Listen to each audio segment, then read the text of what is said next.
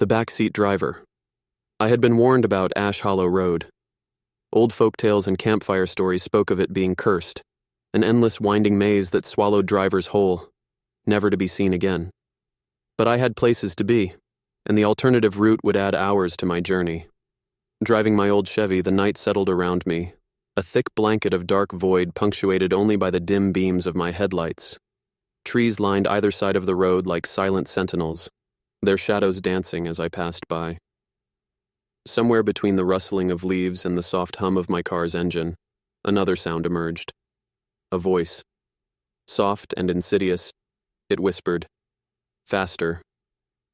A chill coursed down my spine. I turned to the rearview mirror, and my heart lurched.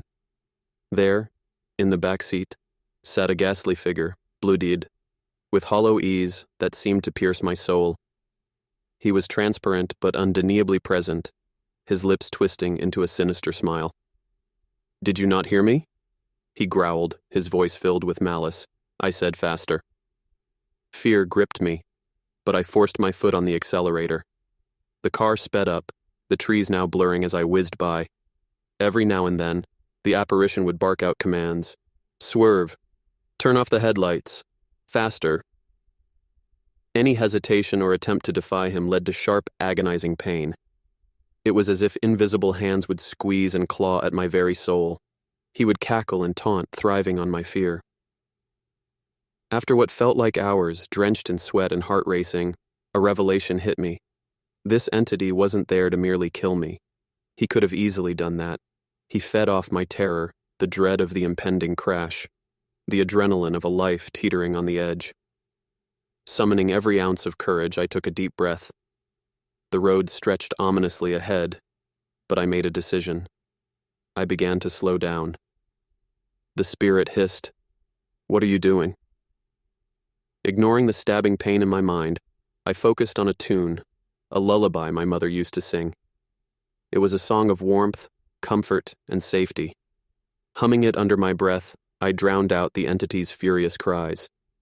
"No, drive, faster," he screeched. But I continued humming, louder now, the melody wrapping around me like a protective cocoon. With every note, the entity's screams grew more frantic, his form wavering. "Stop it! Stop it!" he howled. The sky started to show the first hints of dawn. Pinkish hues painted the horizon as the road finally straightened, leading me to a quaint, well-lit town. As my tires hit the cobblestone streets and the first rays of sunlight broke, the malevolent spirit let out a final ear-splitting scream before vanishing. I skidded to a stop, breathless and shaken. The townsfolk, hearing the commotion, came rushing out. Seeing the state I was in, an elderly woman guided me to a nearby bench, offering a warm blanket and a cup of tea. As I sipped the drink, I recounted my harrowing journey. The townspeople nodded, their faces a mix of sorrow and understanding. "You're the first to survive the Ash Hollow Road in years," a grizzled old man declared. "The spirit of the backseat driver has claimed many. He revels in the fear of the drive, urging them to their doom." A young girl, no older than 12, looked up at me with wide-eyed admiration. "You're brave, mister." Overwhelmed by their kindness and sympathy, I spent the day in the town, recovering from my ordeal. Before I left, the community gathered, presenting a stone monument at the town's entrance.